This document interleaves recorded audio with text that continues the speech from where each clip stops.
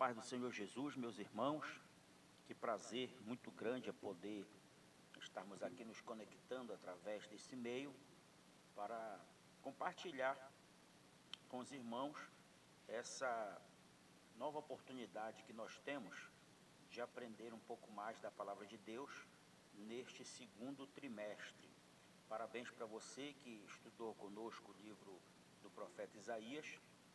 Concluímos o nosso ENEB, que eu creio que com sucesso, muitos irmãos se esforçaram para isso e estamos apenas aguardando agora a correção de todas as provas para que nós possamos nos congratular com os irmãos que fizeram o ENEB para receber a sua certificação. Lembrando que todos os estudos que nós temos durante o trimestre, ele nos dá o privilégio de ser contemplado com um certificado de conclusão desse estudo. Isso vale como um curso básico em teologia. Então, você que não faz parte ainda ou conhece alguém que queira fazer parte, nos procure para que a gente possa matricular essa pessoa e ela possa aprender mais da palavra de Deus. Nesse segundo trimestre agora, nós vamos estudar a carta de Paulo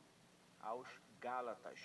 É um assunto muito importante que eu vou aqui sintetizar um pouco para que possa ajudar no momento em que você estiver diante dos seus alunos. Tá? Lembrando que nós vamos estar agora trabalhando em uma nova metodologia de alcance. Nós precisamos alcançar o maior número de pessoas que fazem parte da nossa igreja para aprender a palavra de Deus. Então nós vamos estar lidando aqui com líderes de grupos, são grupos pequenos que nós vamos trabalhar para alcançar, multiplicar, consolidar e realmente firmar essas pessoas no conhecimento da palavra de Deus. Posteriormente, nós vamos ter novos encontros de grandes líderes, porque nós vamos formar novos líderes e vamos formar novos grupos para que a gente possa crescer no conhecimento e na graça de Deus. Amém? Então, olha só, nesse trimestre agora, domingo, nós já vamos estar estudando, no primeiro domingo do mês de abril, nós vamos estar estudando a carta de Paulo aos Gálatas. E a primeira lição que nós vamos aprender é a inconstância dos Gálatas. Você precisa entender geograficamente por que essa carta ela é escrita aos Gálatas. A gente vai poder estudar dentro da geografia bíblica. Isso é importante que você tenha um mapa. Se você tiver um mapa impresso, se você tiver um mapa em um data show, tiver um mapa no seu celular, ou você pode até mesmo motivar os seus alunos a utilizarem a mídia no celular para que eles possam acompanhar esse estudo também, que faz parte da geografia bíblica. Isso aqui é fundamental. A gente não pode abrir mão desse estudo nessa metodologia. Ou você pode baixar a imagem da região da Galácia, que era justamente aonde estava implantada uma igreja, que Paulo abriu esse trabalho de evangelização, ensinamento da palavra, aplicação do evangelho, que depois veio trazer problemas, e é por essa razão que ele vai escrever essa carta. Então isso aqui é fundamental, tá bom?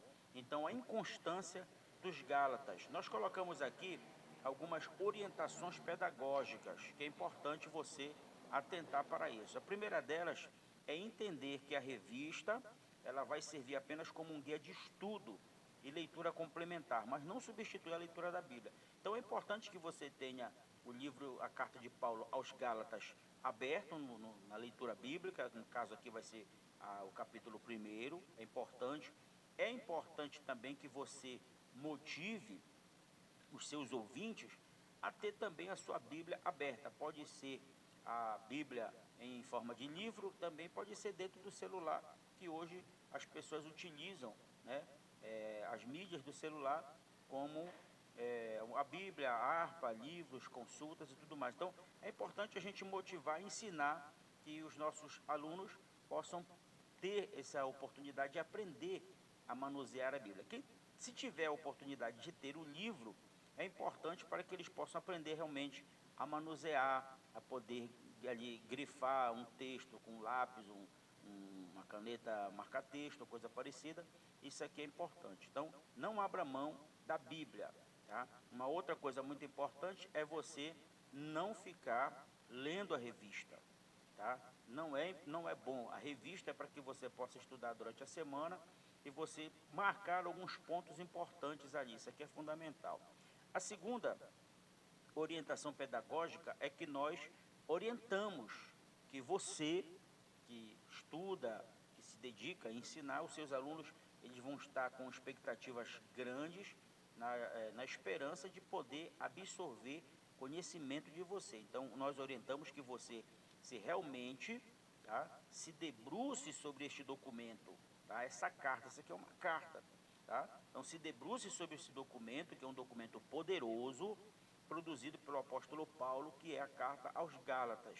Tá? Não podemos considerar apenas como um texto da Bíblia, um livro, uma carta, uma epístola. Não podemos considerar apenas isso. Tá? Ele é um documento, tá? Que ele estava valendo muito para aquela época, mas também vai valer muito para os dias atuais.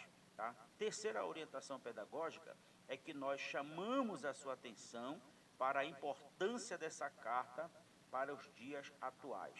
Tá? Sempre vai ser importante você não se ater que esse assunto ele era do passado. Não, os mesmos problemas que a igreja enfrentou naquela época, que Paulo enfrentou naquela época, isso aqui é importante você também aplicar um pouco de história. Então nós já vimos aqui a questão do mapa, que faz parte da geografia bíblica. A gente também pode utilizar um pouco da história. Então você vai pegar aqui algumas informações que você vai pesquisar a respeito dessa carta, o período em que ela foi escrita, o ano, né, que foi escrita para aquelas pessoas. Então a gente precisa ver a importância disso aqui. E em quarto lugar, a orientação pedagógica é que nós temos que aprender a combater os conflitos teológicos quanto à vida cristã. Por que isso? Porque existem muitas orientações hoje, através das redes sociais, através de amizades, de convivências, que elas vão de encontro com aquilo que a gente aprendeu. Elas vão de encontro com os conceitos de fé, de vida cristã. As pessoas acabam inserindo coisas do mundo que são permissíveis, achando que a gente pode viver dessa mesma forma dentro da igreja. Isso aqui é um problema. Tá? Se nós permitirmos que essas aplicações mundanas, através de conhecimentos, através de qualquer área que vai ser absorvida pela mente, que vai ser aplicado dentro da igreja, isso aqui vai causar problemas que pode trazer apostasia, e apostasia é um pecado imperdoável, porque a pessoa, ela simplesmente nega a Deus, ela nega a fé. Isso passa a ser aplicado dentro de uma blasfêmia, e a gente vai aprender isso, que a blasfêmia contra o Espírito Santo, ela é imperdoável. Então nós precisamos aplicar isso, senão a gente vai acabar falando, ensinando, treinando, e as pessoas vão se perder, e vão se perder diante dos nossos olhos, e nós não vamos conseguir reverter, né, essa causa. E uma pessoa, quando ela se transforma, se torna apóstata da fé, elas são capazes de convencer outras pessoas. Tá? Então, por falta do quê? Por falta do conhecimento. Então, nós contamos com o esforço de cada um para que isso possa prevalecer no nosso meio e a gente possa se fortalecer pelo verdadeiro e genuíno ensino da palavra de Deus. A nossa lição, ela vai ter, todas as nossas lições, elas vão ter 3 objetivos, e é importante que você possa estar atento a esses objetivos. Olha só, o primeiro desse objetivo é compreender, tá? Compreender a legitimidade do evangelho da graça. Tá? A gente precisa compreender a legitimidade, o que torna ela legítima, verdadeira, quais são as evidências que vão nos levar a compreender a veracidade do evangelho da graça. A gente já sabe o que significa evangelho. É importante que você pergunte para os seus alunos se eles sabem o que significa evangelho e se eles sabem o que significa a graça. Tá? Então, o evangelho da graça, as boas novas, as boas notícias da graça, do favor imerecido de Deus. tá? Isso aqui é muito importante. Então, nós vamos destacar aqui a ideia criada sobre a duplicidade do Evangelho. Você já ouviu falar sobre isso? A duplicidade do Evangelho. Você sabia que na época de Paulo, lá na igreja dos Gálatas, haviam 2 evangelhos pregados no mesmo púlpito? Você consegue imaginar isso? Na sua igreja, ser pregado 2 evangelhos, um diferente do outro? Então, isso aqui é importante, tá bom? Então, é um assunto profundo, teologicamente, né? O nosso tempo vai ser sempre curto, mas é importante, no decorrer da semana, como nós temos falado em reunião, é importante que no decorrer da semana você possa ter pelo menos um contato com seus grupos, para que você possa incentivá-los a buscar essa informação. Então coloque lá no grupo, se você já criou o seu grupo, pequenos da escola bíblica, se você puder colocar como uma tarefa para eles fazer uma pesquisa a respeito sobre essa duplicidade do Evangelho lá na igreja dos Gálatas, aí você vai poder motivar eles a buscar essas informações, tá? Então, aqui existiam 2 evangelhos. Quais são esses 2 evangelhos que haviam naquela época? Era o evangelho da lei e havia o evangelho da graça. Onde é que estava a diferença? A diferença é que os judaizantes, os velha-guardas, que estavam dentro da igreja, que guardavam a lei, eles guardavam a Torá, que era justamente composta pelos 5 livros principais, iniciais da Bíblia, que hoje nós temos, que é Gênesis, Êxodo, Levítico, Números e Deuteronômio, tá? Eles guardavam esses 5 livros da lei, que é conhecido como Pentateuco, tá? Olha aqui mais um ponto teológico para a gente estudar, é importante você anotar isso.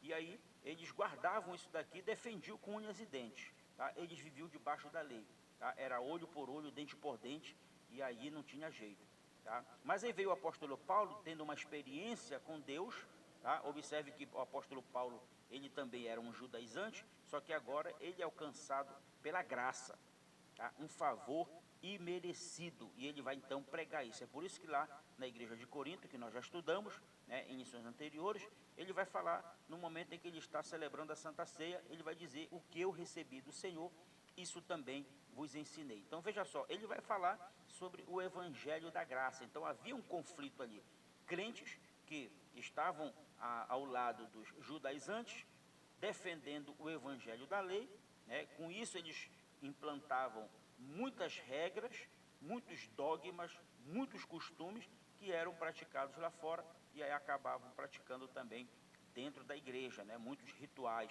E aí depois vem o apóstolo Paulo, vem pregar o evangelho da graça, dizendo que Deus está disposto a perdoar a todo aquele que confessa e todo aquele que deixa, ele vai alcançar misericórdia. Então vai haver aí um conflito, então a gente precisa ter essa compreensão. O segundo objetivo é refutar os falsos mestres. Poderíamos colocar aqui uma pergunta: nos dias de hoje, na nossa igreja, na igreja que você faz parte, existem falsos mestres? Nós precisamos identificar essas pessoas, tá? O que eles estão ensinando? Será que tudo aquilo que é pregado, tudo aquilo que é ensinado, a gente está dando glória a Deus? A gente está exaltando a Deus sem saber o que aquilo significa, onde é que aquilo está sendo aplicado, se aquilo realmente está dentro de uma base bíblica?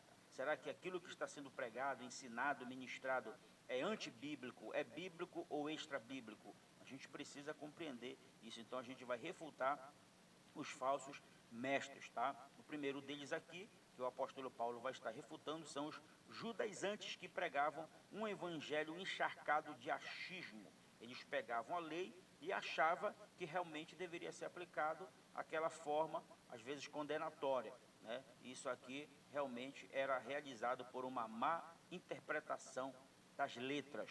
Essas letras eram as leis, não havia uma Bíblia de 66 livros, né, dividida em Antigo e Novo Testamento. Eles utilizavam o Pentateuco, tá? E o terceiro objetivo é defender a autoridade ministerial de Paulo. Isso quer dizer que nós vamos estar ao lado de Paulo, porque ele está pregando o evangelho da graça. Por que Paulo está pregando o evangelho da graça? Ele está pregando o evangelho da graça porque o evangelho que ele prega possui uma autenticidade dentro da sua base, na sua estrutura, porque ela está legitimada por Cristo. O evangelho que Paulo prega é o evangelho de Cristo, não é um evangelho que está embasado na lei, não é um evangelho que está com um cargo pesado na lei, ele está pregando o evangelho de Cristo. Então é por isso que todas as vezes que Paulo vai iniciar as suas cartas, ele vai se apresentar como um servo, um escravo de Cristo, ou seja, um escravo voluntário, aquele que tem prazer em servir ao seu Senhor. Então isso aqui é fundamental, tá bom? Então a gente vai ter aqui um ponto importante também aqui, que é o ponto de partida para você começar a sua aula. Primeiro, falsos ensinos são potencialmente danosos para a igreja do Senhor, tá? Então você vai começar a falar com seus alunos que o porquê que nós vamos estudar essa carta de Gálatas, por que Paulo está falando sobre esses falsos ensinos, porque os falsos ensinos na igreja, eles são perigosos, são danosos, tá? Eles vão causar ferida nas estruturas ministeriais da igreja. Isso vai se tornar um problema, isso aqui vai fazer com que crentes se tornem rebeldes, resistentes, e eles vão se tornar preponderantes, e eles podem até se levantar contra o ministério estabelecido ali e acaba causando divisões dentro da igreja. Isso aqui acontece muito nos dias atuais e a gente tem visto isso muito nas redes sociais, as igrejas se dividindo, tudo isso por falsos ensinamentos. Segundo, a gente precisa iniciar a nossa aula ressaltando a preocupação de Paulo com respeito a esse fato, tá, que aconteceu dentro da igreja. E para tal, demonstra a seus alunos que desde a sua saudação inicial, ele já se apresenta como Paulo, apóstolo de Jesus Cristo, chamado pela parte de Deus, servo. Então essa identificação aí, ele já apresenta uma submissão ao seu Senhor, tá bom? Depois ele vai aqui começar, você vai dar no ponto inicial, que o apóstolo, ele já começa a desenvolver temas teológicos fundamentais, tá? A base, o fundamento, a saber, primeiro, a natureza da autoridade apostólica, por que ele é apóstolo. Hoje, por exemplo, a gente consegue ver que de repente surgem pessoas, hoje muita gente, todo mundo é pastor, todo mundo é missionário, todo mundo é evangelista, ninguém é servo. Todo mundo quer mandar, ninguém quer obedecer. Cada um segue o seu caminho. E eles acabam, às vezes, até se sentindo desconfortáveis, e eles então vão abrir frentes de trabalhos, porque eles acham que eles têm autoridade para isso. Tá? É muito perigoso isso, e isso estava acontecendo dentro da igreja, tá bom? Existiam fatos aí, que nós vemos na nossa atualidade, uma igreja dentro da mesma igreja. A igreja estava subdividida. Isso aqui é perigoso. Bom, é por essa razão que deve-se tomar cuidado quando uma igreja possui muitos pastores. Eles precisam saber quem é o pastor principal que está à frente do trabalho. Tá? Era o que estava acontecendo aqui. Paulo fundou a igreja, colocou novos obreiros e agora os obreiros estão se levantando contra o seu apostolado. Tá? Então o apóstolo, ele já vai começar a desenvolver sistemas teológicos fundamentais, falando sobre a autoridade apostólica e a expiação e a soberania divina. Tá? Está mostrando aqui que ele foi chamado por Deus, a unção é de Deus, a igreja é de Deus, o povo é de Deus, a palavra é de Deus, tudo que está aqui é de Deus, ele é o dono da obra, tá bom? E em último lugar, tenha em mente que esses e outros temas são aventados pelo apóstolo no decorrer da epístola como um real antídoto ao veneno dos judaizantes, tá bom? Então, o que eu quero chamar a atenção de você é atentar para esses pontos. Então, veja que isso aqui é apenas uma orientação didática, a gente nem entrou no assunto da lição propriamente dito, tá? Então, eu peço que você busque essas informações, estude sobre isso e dê o melhor para a sua classe, porque quando os seus alunos verem que realmente você tem conteúdo, que você tem informações, que você tem imagens, que você tem provas autênticas embasadas na palavra de Deus, eles vão dizer, eu quero aprender, eu quero ser como o meu professor. Então, nós contamos com você para esse trimestre agora. Existem muitos assuntos importantes que nós vamos estar nos aprofundando. Nós vamos seguir em uma comunicação aqui sempre nas redes sociais, no nosso grupo de WhatsApp, na nossa sala de professor, e a gente vai então trabalhar dentro dessa metodologia, tá bom? Então, tenham bons estudos, sucesso na sua administração da aula. Qualquer dúvida você pode colocar lá no grupo da sala dos professores, para que a gente possa chegar a um estudo perfeito, muito bom para os nossos alunos. Fique com Deus, Deus abençoe você e os seus estudos, a sua classe, no nome de Jesus.